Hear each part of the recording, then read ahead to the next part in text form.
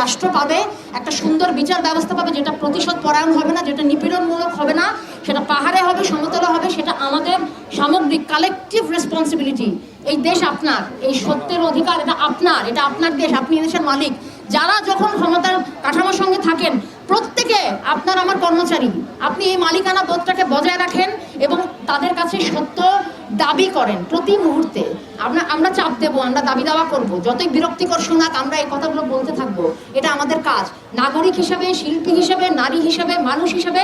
এবং বিচার চাওয়ার যে প্রক্রিয়া, আজকে মায়ের ডাকের অস্তিত্ব লুকিয়ে চুরিয়ে তাদেরকে অনুষ্ঠান করা, যে কে কোথায় খবর পেল এবং সেখানে কারা যায়, আমি মানে ওনাদের কথা জানি, আমি যে সবসময় সেখানে উপস্থিত ছিলাম তা নয়, কিন্তু আমি সবসময় তাদের খবরগুলো জানতাম আমার বন্ধু বান্ধবের মাধ্যমে। তাদের যে জীবনের বাস্তবতা সেটা জানতে পেরেছি। সাংবাদিকদেরকে বলবো যে মানুষকে